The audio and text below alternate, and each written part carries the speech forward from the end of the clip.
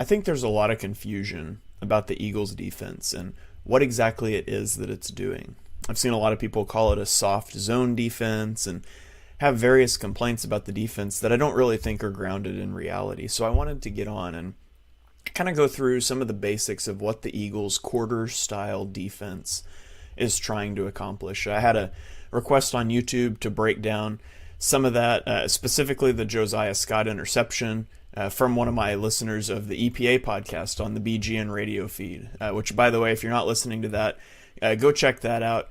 You can subscribe to BGN Radio. It's the only content that I'm doing right now that's not on my feed here on YouTube. But you can go check it out. I talked some about what the Eagles defense is trying to do, and they asked for some film examples. And so I thought I would take a moment and go through some of those this morning. So first of all, let's talk about cover 4 defense. Maybe you've played Madden before, and cover 4 is the thing that you call at the end of the game when you're trying to prevent a Hail Mary because the play art looks something like this, right? You got 4 rushers, and you got cover 4, and you think these guys are all dropping to their zones, and it's just this soft defense. And if that's what was happening, that would be a really soft defense. It'd be a terrible defense that you would almost never want to call. But in reality, that's not what's happening. And so let's go through it here. So we have a number 1 receiver. We number our receivers from the inside out. So we've got a number 1 receiver, a number 2 receiver. This is the same on both sides of the ball, but I'll use different colors here. Okay, so there are coverage matching rules here. And let me just write the numbers out here. Okay, so the corresponding colors are responsible if that receiver goes deep. And so our corner at the top of the screen, he is responsible for this number 1 receiver if he goes vertical. This safety is responsible for the number 2 receiver if he goes vertical, and so on. The field is split in half. Now, what happens if the receiver doesn't go vertical? Well, then you go find work. You go try to find work. And so let's say that this receiver, let's say he runs a drag. Now let's do it this way. Let's say this tight end just releases to the flat, and this guy runs a post. Well, in that case, this cornerback is responsible for this receiver. He went vertical, but this safety has no responsibility. So is he just going to stand there?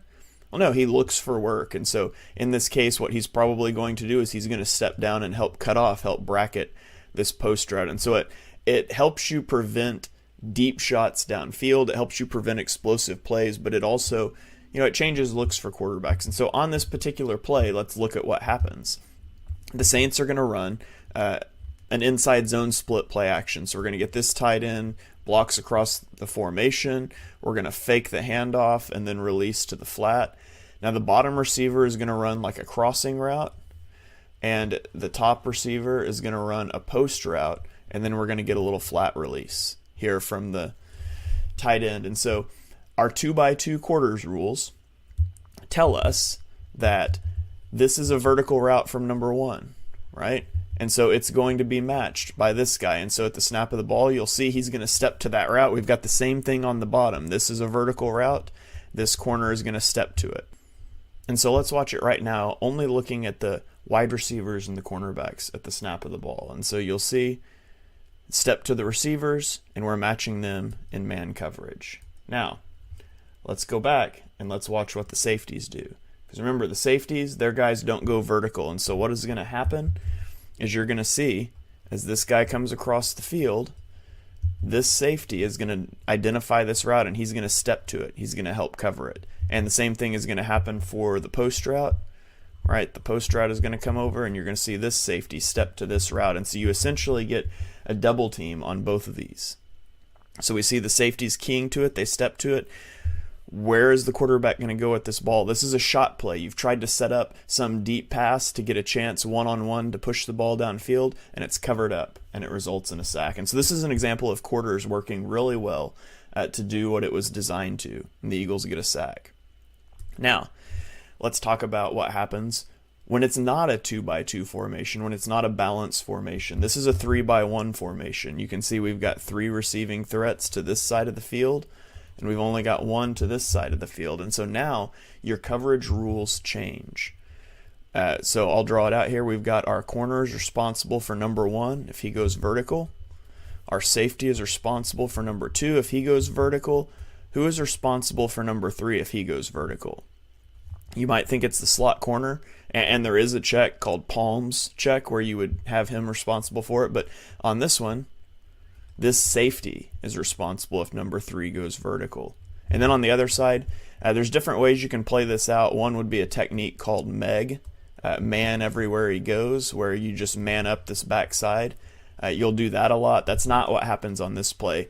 In fact, on this play, this top receiver is just going to run a drag, and you're going to see this quarter flat step to it. So, but let's look at, here's what the Saints run. On the backside, it's just going to be a drag and a little check down route, and you'll see this guy looks for work. He steps to the check down. The quarter flat is going to take the drag, but that's not really what I want to look at on this play. We want to look at the top of the play. At the top of the play, we're going to see a vertical route.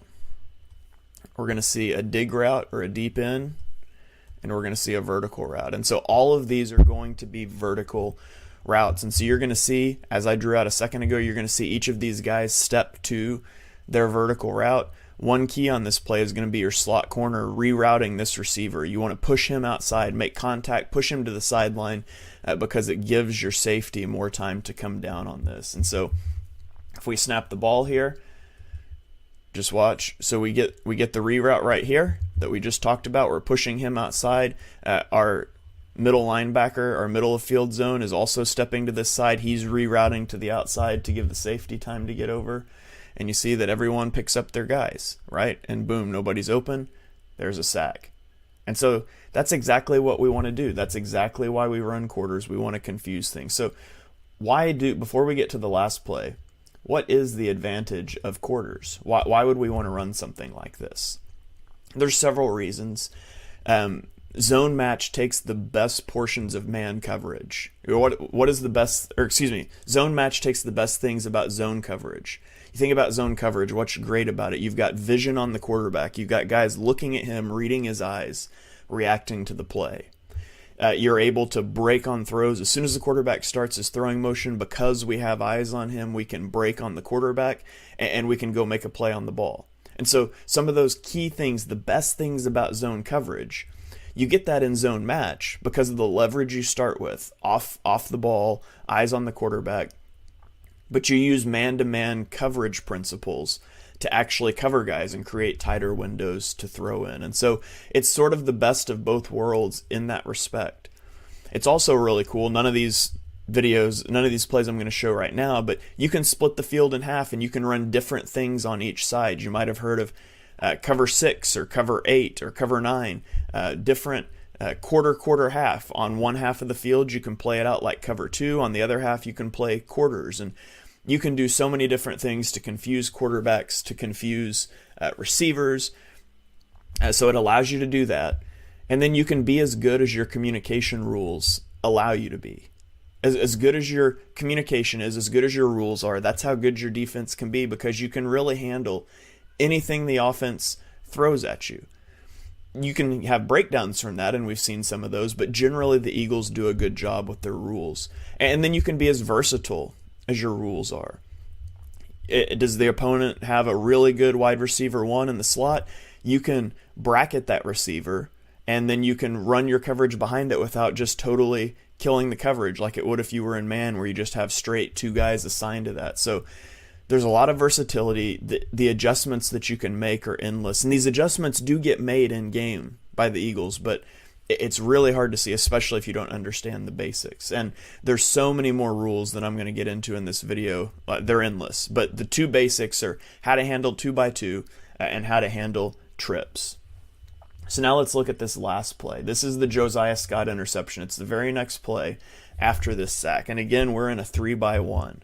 Okay, now at the top, we're going to run a dig route, and you'll notice that our number 1 here, this is number 1. He's going to be responsible for that.